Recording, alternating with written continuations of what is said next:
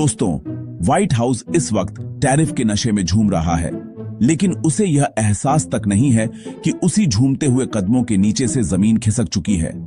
जिस अमेरिकी डॉलर को अब तक दुनिया का सबसे खतरनाक हथियार माना जाता था, वही डॉलर आज धीरे धीरे कागज का टुकड़ा बनने की राह पर है। वॉशिंगटन में सायरन नहीं बजे हैं, लेकिन अंदर ही अंदर ऐसी हलचल मची हुई है कि पेंटागन से लेकर वॉल स्ट्रीट तक हर चेहरा तनाव से भरा हुआ है। वजह कोई मिसाइल टेस्ट नहीं, कोई सीमा विवाद नहीं, बल्कि वह हमला है जो बिना गोली चले, बिना धमाके के अमेरिका की सबसे बड़ी ताकत की गर्दन पर बैठ चुका है। दुनिया इस वक्त एक बहुत बड़े भ्रम में जी रही है। टीवी चैनलों पर बस एक ही शोर है, डोनाल्ड ट्रंप का ट्रेड वॉर, भारी भरकम टैरिफ और अमेरिका फर्स्ट की गूंज। हर कोई यही मान बैठा है कि अमेरिका एक बार फिर अपनी वही पुरानी लाठी उठाकर पूरी दुनिया को हाँकने निकल पड़ा है। लेकिन सच्चाई यह है कि जब कैमरे ट्रंप के ट्वीट्स पर टिके थे, तभी पर्दे के पीछे एक ऐसा खेल खेला जा रहा है जो सीधे अमेरिका के वजूद की जड़ों तक पहुंच चुका है। यह खेल शोर नहीं करता, यह हमला दिखाई नहीं देता, लेकिन जब इसका असर सामने आएगा, तब इतिहास की किताबें इसे अमेरिका के पतन की शुरुआत के रूप में याद करेंगी। यह कहानी किसी बम, किसी युद्धपोत या किसी फाइटर जेट की नहीं है। यह कहानी उस अदृश्य ताकत की है जो हर इंसान की जेब में होती है, लेकिन जिसका रिमोट कंट्रोल अब तक 7 समंदर पार वॉशिंगटन के हाथ में था।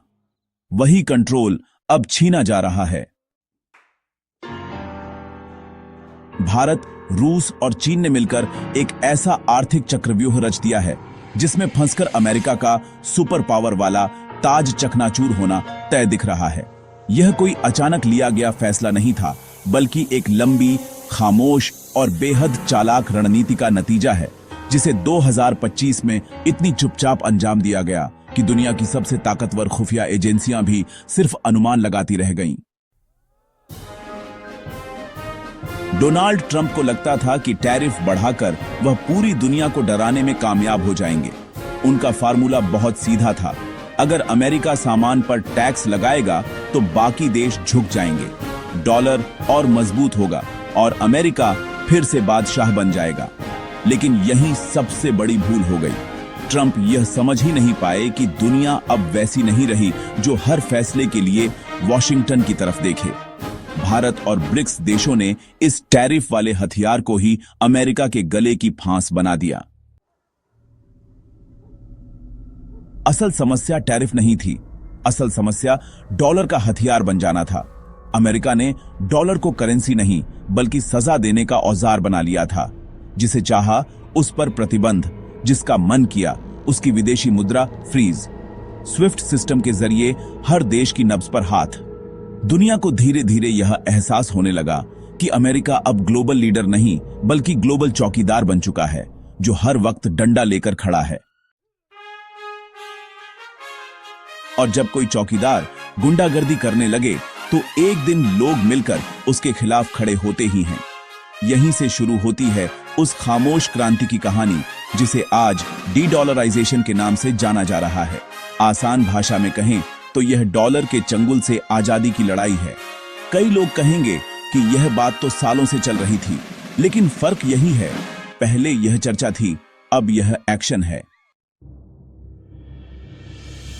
2025 में जो हुआ वो सिर्फ भाषण या घोषणाएं नहीं थी, बल्कि ऐसे फैसले थे जो सच कहें तो अमेरिका के आर्थिक ताबूत में आखिरी कील साबित हो सकते हैं। आज तक दुनिया का ज्यादातर व्यापार डॉलर में होता था, चाहे तेल खरीदा जाए, हथियार खरीदे जाएं या फिर सोना खरीदा जाए, हर जगह डॉलर ही चलता था।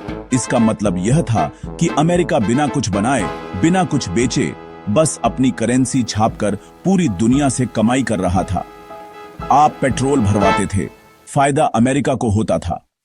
आप सोना खरीदते थे, डॉलर मजबूत होता था। यह सिस्टम दशकों से चल रहा था और असल में इसी सिस्टम ने अमेरिका को सुपर पावर बनाया था। लेकिन अब यही सिस्टम सच कहें तो ढहने की कगार पर है। भारत, रूस और ब्रिक्स देशों ने मिलकर एक समानांतर आर्थिक व्यवस्था खड़ी कर दी है, जिसमें डॉलर की कोई जरूरत ही नहीं रह गई है। व्यापार होगा, माल आएगा जाएगा, लेकिन बीच में अमेरिका का बिचौलिया अब गायब होगा। यह ठीक वैसा है जैसे आपने अपने घर के मुख्य दरवाजे पर ताला लगा दिया हो और बाहर खड़े व्यक्ति को यह भी ना पता हो कि अंदर क्या चल रहा है। अमेरिका के लिए यह किसी डरावने सपने से कम नहीं है। उसकी पूरी ताकत इसी भरोसे पर टिकी थी कि दुनिया को डॉलर चाहिए। लेकिन अगर दुनिया को डॉलर चाहिए ही नहीं तो अमेरिका के पास बचता क्या है? पहाड़ जैसा कर्ज, खोखला घमंड और कमजोर होती अर्थव्यवस्था। यही वजह है कि वॉशिंगटन में बेचैनी है। भले ही कैमरों के सामने मुस्कान दिखाई जा रही हो, भारत इस पूरे खेल में किसी के पीछे नहीं चल रहा, बल्कि पहली बार भारत ग्लोबल साउथ की आवाज बनकर सबसे आगे खड़ा दिखाई दे रहा है। भारत ने साफ कर दिया है कि वह ना तो अमेरिकी खेमे का मोहरा बनेगा और ना ही किसी दूसरी महाशक्ति की कठपुतली। यही बात अमेरिका को सबसे ज्यादा चुभ रही है। उसे उम्मीद थी कि भारत चीन के डर से हर फैसले में वॉशिंगटन का साथ देगा, लेकिन भारत ने अपनी रणनीतिक आजादी को चुना। अब जरा इस खेल को बेहद आसान शब्दों में समझिए। पहले क्या होता था? मान लीजिए भारत को रूस से तेल खरीदना है। पेमेंट के लिए स्विफ्ट सिस्टम का इस्तेमाल होता था, जो अमेरिका और यूरोप के कंट्रोल में है। मतलब अमेरिका को सब पता, किससे खरीदा, कितने में खरीदा, कब खरीदा। अगर अमेरिका नाराज हुआ तो बस एक बटन दबाया और आपका कारोबार ठप। यही वजह थी कि स्विफ्ट सिस्टम अमेरिका का सबसे बड़ा हथियार और जासूसी तंत्र बन चुका था। लेकिन भारत और उसके सहयोगियों ने इसी सिस्टम की नींव हिला दी। लोकल करेंसी सेटलमेंट को बढ़ावा दिया गया। सीधा साधा फार्मूला, तू मुझे रूबल दे, मैं तुझे रुपया दूं, डॉलर बाहर। 2025 में भारत ने रूस, यूएई और कई एशियाई देशों के साथ ऐसे समझौते किए जिन्होंने अमेरिका की पकड़ ढीली कर दी। इसके साथ ही ब्रिक्स देशों ने अपनी खुद की पेमेंट प्रणाली पर काम तेज कर दिया, जो संभवतः ब्लॉकचेन जैसी तकनीक पर आधारित होगी।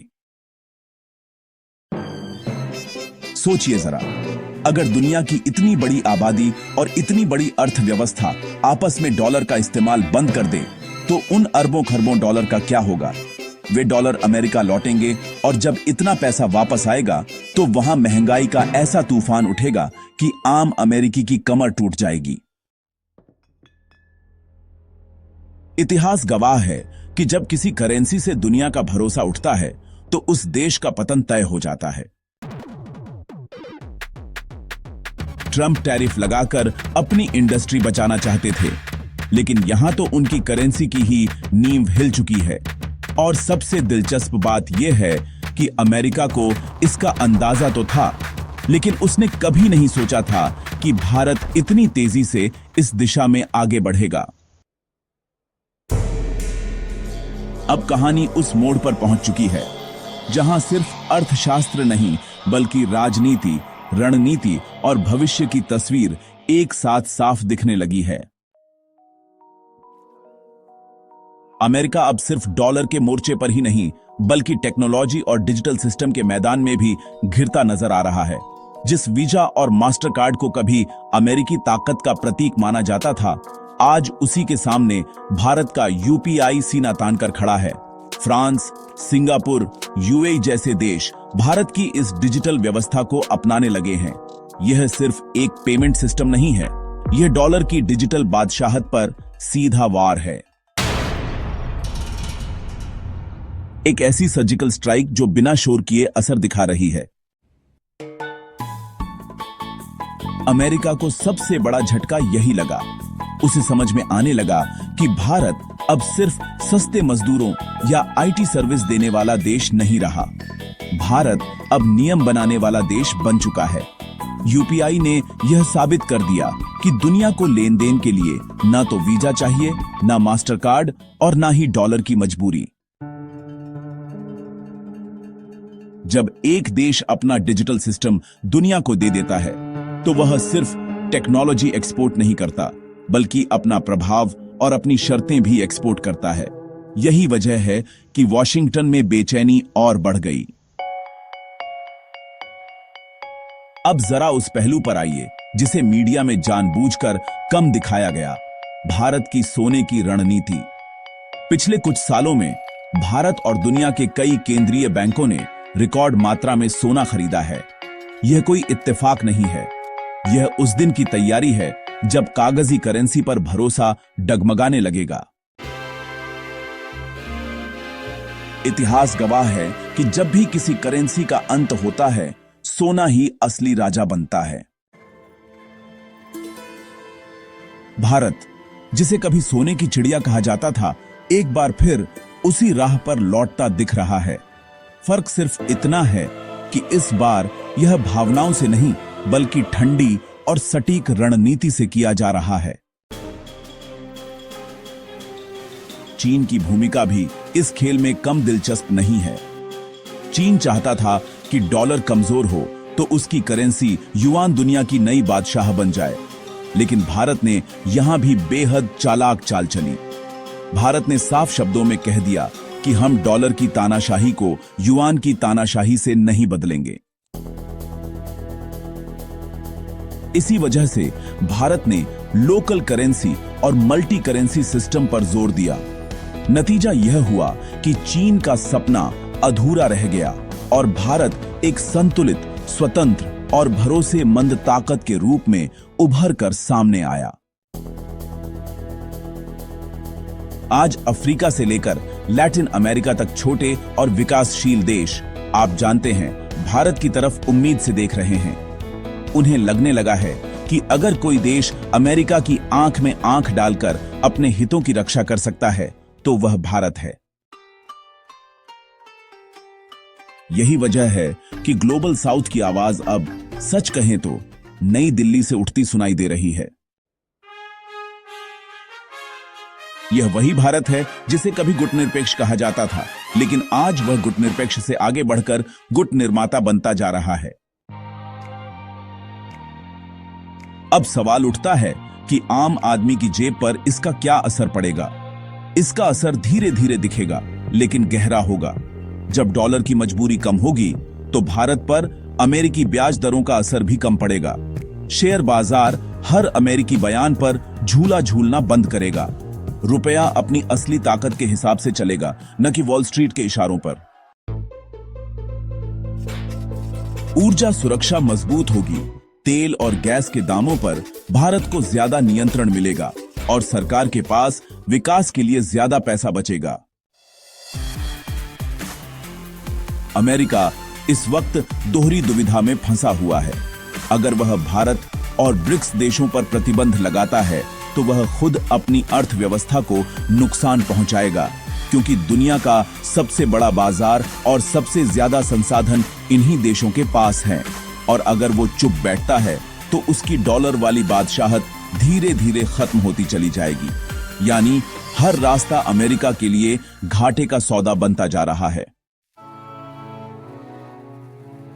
2026 की शुरुआत दरअसल एक नए तरह के विश्व युद्ध की शुरुआत जैसी है। ये जो युद्ध है वो टैंकों और मिसाइलों से नहीं, बल्कि भरोसे, करेंसी और आर्थिक ताकत से लड़ा जा रहा है। अमेरिका का वह किला जो पिछले 80 सालों से डॉलर की नींव पर खड़ा था, अब दरकने लगा है। यह बदलाव एक दिन में नहीं दिखेगा, लेकिन कुछ साल बाद जब दुनिया पीछे मुड़कर देखेगी तो यही दौर इतिहास में दर्ज होगा। वो दौर जब दुनिया का पावर सेंटर पश्चिम से खिसककर पूरब की ओर और खास तौर पर भारत की ओर बढ़ने लगा। अब बाजी पूरी तरह खुल चुकी है। ना कोई धमकी काम आ रही है, ना कोई टैरिफ सांप पार।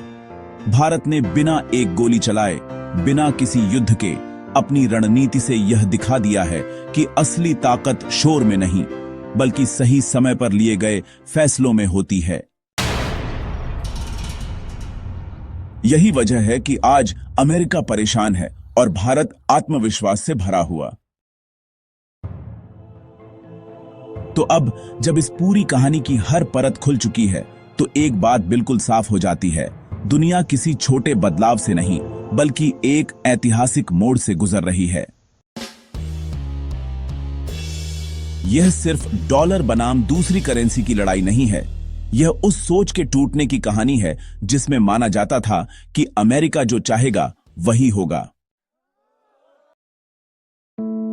दशकों तक दुनिया ने यही मान लिया था कि अगर वॉशिंगटन नाराज हुआ तो अर्थव्यवस्थाएं हिल जाएंगी, सरकारें गिर जाएंगी और देश घुटनों पर आ जाएंगे। लेकिन अब वही भ्रम टूट रहा है। भारत और ब्रिक्स देशों ने यह दिखा दिया है कि ताकत सिर्फ हथियारों से नहीं बल्कि सही समय पर लिए गए आर्थिक फैसलों से भी बनती है। डी-डॉलराइजेशन कोई रातों रात होने वाला जादू नहीं है, बल्कि यह धीमी आग है जो अंदर ही अंदर उस सिस्टम को जला रही है जिस पर अमेरिका की पूरी बादशाहत खड़ी थी। ट्रंप के टैरिफ, धमकियां और ट्रेड वॉर अब उसी आग में घी डालने का काम कर रहे हैं। अमेरिका जितना ज्यादा दबाव बनाएगा उतनी ही तेजी से दुनिया उससे दूर जाने के रास्ते खोजेगी और यही सबसे बड़ा बदलाव है। पहली बार दुनिया डर के बजाय विकल्प चुन रही है। भारत की भूमिका इस पूरी कहानी में सबसे अहम है। भारत ना तो किसी का मोहरा बना, ना ही किसी के पीछे छिपा। भारत ने ना हथियार लहराए, ना युद्ध की धमकी दी, बल्कि चुपचाप अपनी डिजिटल ताकत, अपनी मुद्रा नीति, अपनी ऊर्जा रणनीति और अपने वैश्विक रिश्तों को इस तरह मजबूत किया कि आज वो फैसले लेने वालों की कतार में खड़ा है। यह वही भारत है जिसे कभी कमजोर, विकासशील और आश्रित देश कहा जाता था, लेकिन आज वही भारत वैश्विक व्यवस्था को नई दिशा देने की ताकत रखता है।